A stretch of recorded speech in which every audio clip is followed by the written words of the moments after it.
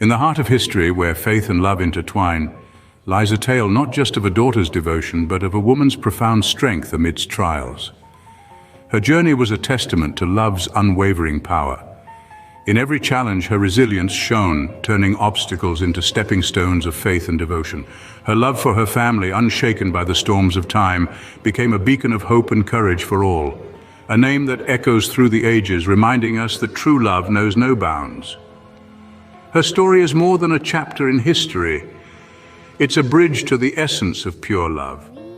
In remembering her, we find the strength to face our own challenges with the same love and devotion. Our story begins before Muhammad, peace be upon him, was bestowed with the mission of prophethood. Abu al-As, a noble of Al-Quraysh and cherished by the Prophet, approached him with a hopeful heart, requesting the hand of Zainab in marriage. Zainab, the beautiful and beloved eldest daughter of the noble Prophet Muhammad from his first wife Khadija, captured everyone's admiration. The noble Prophet Muhammad graciously replied, "I must ask her first." He then sat with his dear daughter Zainab and casually broached the subject. "Your cousin came to see me today, and he wishes to marry you. How do you feel about this? Would you accept him as your husband?" After Zainab's shy smile of acceptance, they embarked on a journey of love, blessed with two children, Ali and Umama. This marked the beginning of their story. As Muhammad embraced his prophethood, the winds of change brought an unforeseen rift between Zainab and Abu al-As. Away on business, Abu al-As returned to find Zainab's heart illuminated by the light of Islam. Not long after he had returned, Zainab, unable to contain her excitement of being a Muslim, said to him, "I have great news for you." Perhaps sensing that it would be something difficult to deal with, Abu al-As stood up and walked away from her. Zainab was surprised, but she followed him as she said, "My father became a prophet and I have become a Muslim." His reply was one of incomprehension and incredulity. "Why didn't you tell me first?" For the first time in their marriage, there ensued a big problem and difference between the two, a problem of religion and belief. She told him firmly, "I wasn't going to disbelieve in my father and his message. You know he is not a liar. He is the honest and trustworthy." Trying to convince him that her decision had been the right one, she continued, "I'm not the only believer. My mother and my sisters became Muslims too. My cousin Ali ibn Abi Talib became a Muslim. Your cousin Uthman ibn Affan became a Muslim, and your friend Abu Bakr has also become a Muslim." Overwhelmed by all that she was saying, he replied, "Well, as for me, I don't want people to say he let his people and his forefathers down just to please his wife. But because he loved his wife Zainab as well as his father-in-law Muhammad, he continued softly, 'And I am not accusing your father of anything. So will you excuse me and understand?' he asked, torn between love and tradition. Zainab's reply was a testament to her unwavering faith and love. 'Who will excuse and understand you if I don't? I will stay beside you and help you until you reach the truth.' For 20 years she stood by her word, a beacon of patience and support. Abu al-As remained an unbeliever, and then came the mandatory migration from Makkah to Medina. Zainab, unsure of what she needed to do, went to her father and sought his permission to stay behind and remain with her husband. The Prophet Muhammad saw, understanding the plight of his daughter, responded, "Yes, you may remain with your husband and children." So Zainab continued to live in Makkah as a Muslim, with her non-Muslim husband until the time drew nearer for the Battle of Badr. Abu al-As was to fight in the army of the Quraysh against the Muslims. For Zainab, it meant that her husband would be fighting against her father. Undoubtedly a time Zainab had always feared. In prayer, she kept crying out, "Oh Allah, I fear that day the sun will rise and my children will become orphans, or the day I will lose my father and become an orphan." The Battle of Badr began and ended in victory for the Muslims. Abu al-As was one of those captured by the Muslims, and news of this reached Makkah. Zainab hesitantly asked, "How is my father? What has happened to him?" She was told, "He is unharmed and the Muslims won." Then she asked again hesitantly, "How is my husband? What has happened to him?" To this she was told, "He was captured." So she prayed to Allah, expressing deep gratitude to him for protecting them both, and answering her prayers, and said, "I'll send something in payment to release him." She didn't own anything of much value except the necklace that had once belonged to her mother, Khadija R.A. So she took it off and sent it with Abu al-As' brother to purchase the freedom of her husband. While the Prophet was sitting, taking payments and releasing captives, his eyes fell on his beloved late wife's necklace. He held it up and asked, "Whose payment is this?" It was said, "Abu al-As ibn Rabi." At this, the Prophet Muhammad cried out, his voice heavy with emotion, "This is Khadija's necklace." As soon as the Messenger of Allah saw the necklace, he was engulfed in a moment of extreme sadness, and his heart filled with overwhelming emotion at the memories which flooded his mind and the moment. The companions who were present there gazed in amazement, having been captivated by the magnitude of such an emotional situation. After what seemed to be a long silence, the Messenger of Allah stood up and said, "O my people, this man is my son-in-law. Should I release him? And would you accept the return of this necklace to my daughter?" Being a part of the intense moment, they all answered in unison, "Yes, O Messenger of Allah." The Prophet then gave the necklace to Abu al-As and said to him, "Tell Zainab not to give away Khadija's necklace." Thereafter he, Muhammad, quietly added, "Abu al-As, can we speak privately?" He took him aside and softly spoke, "Allah has ordered me to separate a Muslim and a disbeliever, so could you please return my daughter to me?" Abu al-As, still having great respect for his father-in-law Muhammad reluctantly agreed. In the meanwhile, Zainab stood at the gates of the outskirts Makkah waiting for the arrival of her beloved husband Abu al-As. When he finally came, he simply said, "I am going away." Shocked, she asked him, "Where to?" He replied, "Rather, it is not me who is leaving, it is you.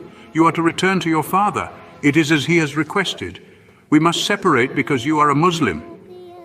Anguish, hurt and pain at the thought of being separated from her dear husband, she implored him, "Won't you become a Muslim and come with me?" But tragically he refused, so Zainab took her son and daughter and traveled to Medina. For 6 years she refused to remarry, hoping that one day Abu al-As would come. After these 6 years had passed, Abu al-As was traveling in a caravan from Makkah to Syria. During the journey, he was intercepted by some of the Prophet's companions. He managed to escape and asked for Zainab's home. He knocked on her door shortly before the dawn prayer. She opened the door and happily exclaimed, "Have you become a Muslim?" He shook his head and whispered, "No, I have come as a fugitive." She implored him once more, "Won't you become a Muslim?" As it had been before, so was it again. He answered in the negative. No matter the time and heartbreak, he remained to be her kin, father of her children, and still beloved to her heart. She said, "Do not worry. Welcome my cousin, welcome the father of Ali and Umaymah." After the Prophet had prayed the dawn prayer in congregation with the people, a voice was heard from the back of the mosque. "I have freed Abu al-As ibn Rabi." It was the right and privilege of those to free kith and kin if they so wished. And so Zainab had granted Abu al-As freedom. The Prophet, addressing the congregation, asked, "Have you heard what I have heard?" They all replied in unison, "Yes, we have, O Messenger of Allah." Zainab then continued, "He is my cousin and the father of my children, and I have freed him." The Prophet stood up and said, "O people, I declare that this man was a very good son-in-law. He never broke his promise, and neither did he tell lies. So if you accept, I will return his money back to him and let him go. If you refuse, it's your decision, and I will not blame you for it." The companions themselves, as kind-hearted as their Prophet, agreed, "We will give him his money and grant him his freedom." So the Prophet looked towards his daughter Zainab and said, "We have freed the one you have freed, O Zainab." Then he walked to where she stood and quietly said to her, "Be generous to him. He is your cousin and the father of your children, but don't let him get near you as a husband, for he is a disbeliever and that is prohibited for you." She replied, "Yes, O my father, I will certainly do as you say." She returned to her home, where her husband, still thinking that he is a fugitive, was waiting. She addressed him searchingly and said, "O Abu al-As, didn't you miss us at all? Won't you become a Muslim and stay with us?" But he sadly once again refused.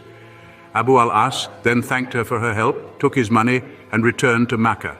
Upon returning to Makkah, he addressed the people and announced, "O people, here is your money. Is there anything left? Anything else that I was supposed to return to you?" They replied, "No, Abu al-As, there is nothing left," and thanked him for his assistance in carrying out their trade journey to Syria. Abu al-As' honor had been satisfied that he owed no one, and he loudly proclaimed, "I testify that there is no God but Allah, and that Muhammad is his messenger." After all these years, as well as separation from his beloved wife, he had finally accepted Islam. In excitement and anticipation, he hurriedly returned to Medina and ran to meet the Prophet Saw. Breathless from the excitement of his reversion and journey, he reached the Prophet and said, "Dear Prophet of Allah, you freed me yesterday, and today I say to that I have testified that there is no God but Allah, and you are his messenger." Without skipping a beat, he continued and asked the Prophet, "Will you give me permission to go back to Zainab? For me to be her husband once again?"